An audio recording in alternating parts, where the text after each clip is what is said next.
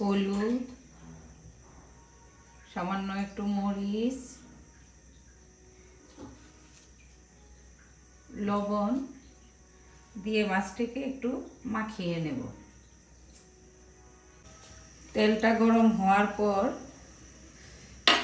এই দেখুন তেলটা গরম হয়ে গিয়েছে। এখন আমি মাছের ভিতরে তেলটা ঢেলে দিলাম। এখন এই তেল দিয়ে মাছটাকে এভাবে একটু মাখিয়ে নেব, তাহলে শিং মাছ মাগুর মাছ যে ফুটে সেটা ফুটবে না। এবার প্যানে আমি মাছগুলোকে দিয়ে দেব। এই তেলটা সব হয়ে দিব।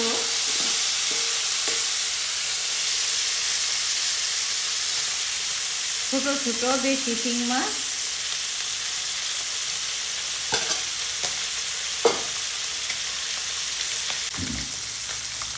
মাছগুলোকে একটু উল্টিয়ে দিব।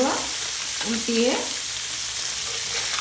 মোটামুটি একটু ভেজে নেব, একদম কড়া ভাজবো না।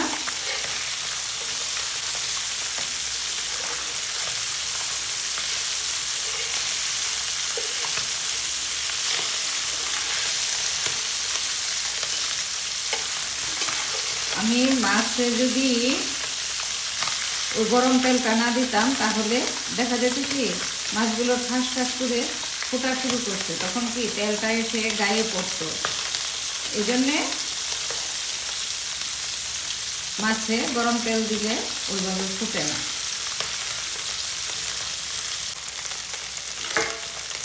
মাছটা এই যে এরকম ভাজা হয়ে গিয়েছে।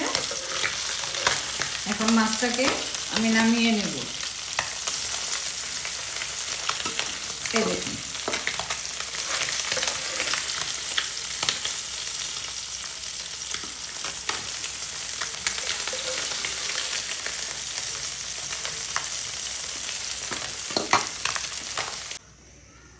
কড়াইয়ে তেল দিয়ে দিলাম। এখন তাতে একটু সামান্য একটু পেঁয়াজ কুচি দিয়ে দিব। পেঁয়াজ কুচিটাকে একটু লাল লাল করে ভেজে নেব। পেঁয়াজটা লাল হতে শুরু হয়ে গিয়েছে। এবার আমি এখানে সামান্য একটু জল দিয়ে দেব, তারপরে একে একে মশলাগুলো ছেড়ে দেব।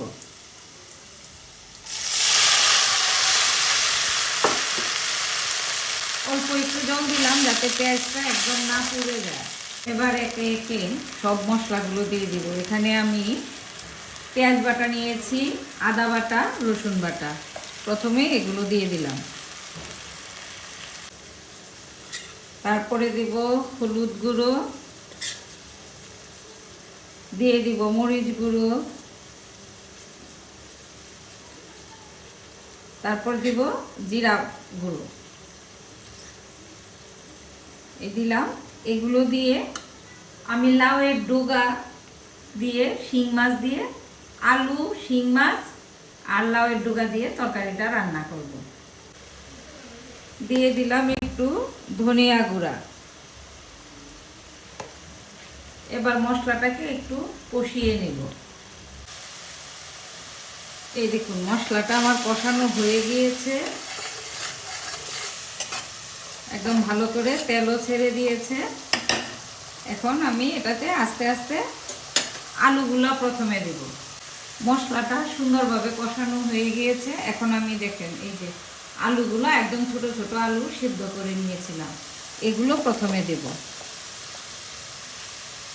এগুলো দেওয়ার পর একটু নাড়াচাড়া করে এটা মিশিয়ে নেব। আমি তরকারিতে আগে লবণ দিয়েছিলাম না, এই আলুগুলা দিয়ে তারপরে লবণটা দিয়ে দিলাম।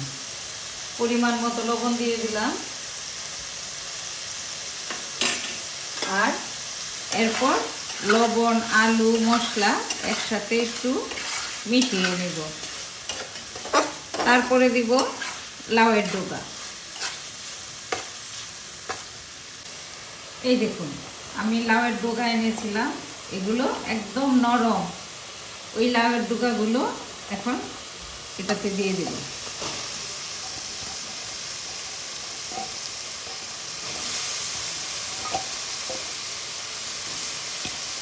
লাউয়ের ডগাগুলো দিয়ে এখন একটু নাড়াচাড়া করে দেব। লাউয়ের ডুকাটা দিয়েছি, সামান্য একটু পানি দিব যাতে নিচ দিয়ে না ধরে যায়, কারণ তরকারিটা যদি নিচ দিয়ে ধরে যায় তাহলে খেতে ভালো লাগবে না। এই সামান্য একটু পানি দিয়ে এখন আমি এটাকে ঢেকে দেব, তাহলে সেদ্ধ হয়ে যাবে এবং মশলাটাও সুন্দরভাবে লাউয়ের ডুকা এবং আলুতে ঢুকে যাবে। এখন আমি এটাকে ঢেকে দেব একটু সেদ্ধ হওয়ার জন্যে। একটু ঢেকে দিয়েছিলাম, এই দেখুন কি সুন্দর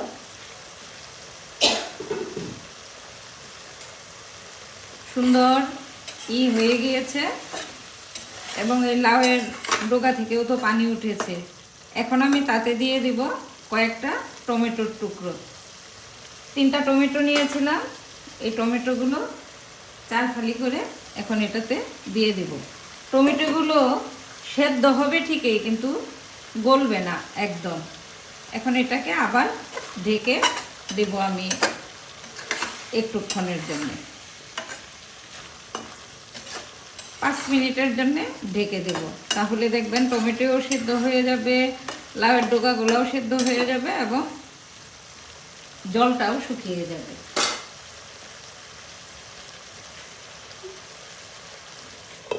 খুব সহজ রান্না, কিন্তু খেতে কিন্তু খুব মজা।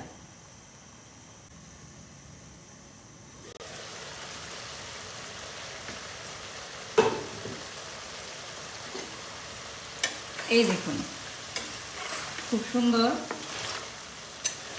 সেদ্ধ হয়ে গিয়েছে এবং পানিটাও কিন্তু শুকিয়ে এসেছে। টমেটোগুলো এখন এর মধ্যে দিয়ে দেব আমি মাছগুলো, যে মাছগুলো ভেজে রেখেছিলাম সেই মাছগুলো দিয়ে একটু ঢাকনা দিয়ে দেব, কারণ মশলাটা তো আমি আগেই কষিয়ে নিয়েছি।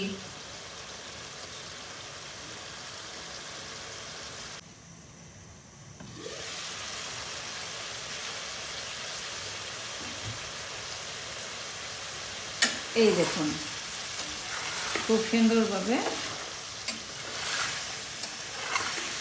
যেহেতু মশলা আমার আগেই কষানো, তাই মশলা কষানোর কোনো চিন্তা নেই। টমেটোগুলাও সুন্দর হয়ে গিয়েছে, সেদ্ধ হয়ে গিয়েছে।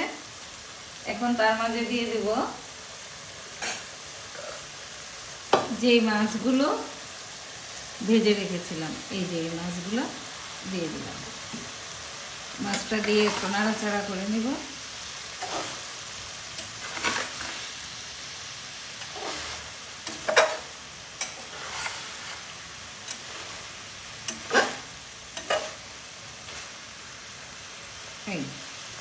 একটু দেখে তারপর মাছটা দিয়ে দিয়েছি। 2 মিনিট ডেকে দেব। 2 মিনিট ডেকে দিলেই মাছটা থেকেও একটা সুন্দর তেল বেরিয়ে আসবে। হয়ে গেল তরকারি।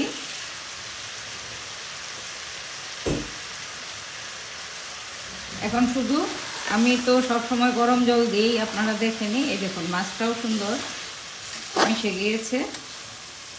এখন এতে গরম পানি দিয়ে দেব। এটা একটু ঝোল ঝোল খেতেই ভালো লাগে।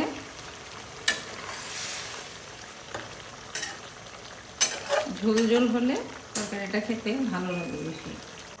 এই দেখুন ঝোল দিয়েছি, এখন ঝোলটা উতলিয়ে উঠলে আমি তরকারিটা ধনেপাতা দিয়ে তারপরে নামিয়ে নেব। আপনারাও এইভাবে খেয়ে দেখবেন, এটা কিন্তু খুবই মজাদার একটা তরকারি। পাতলা ঝোল খেতে চাইলে এরকমভাবে করে নেবেন।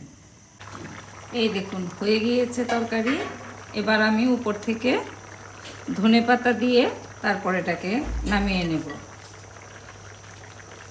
খুবই মজাদার একটা তরকারি, লাউয়ের ডুকা দিয়ে শিং মাছ। দেখুন খুব সুন্দর একটা তরকারি হয়ে গিয়েছে কিন্তু আমার তরকারি। এখন আমি এটা নামিয়ে গরম গরম ভাতের সাথে পরিবেশন করব। খুবই মজাদার এই তরকারি, আপনারাও একবার করে খেয়ে দেখবেন। এই দেখুন কত সুন্দর পাতলা একটা ঝোল ঝোল তরকারি।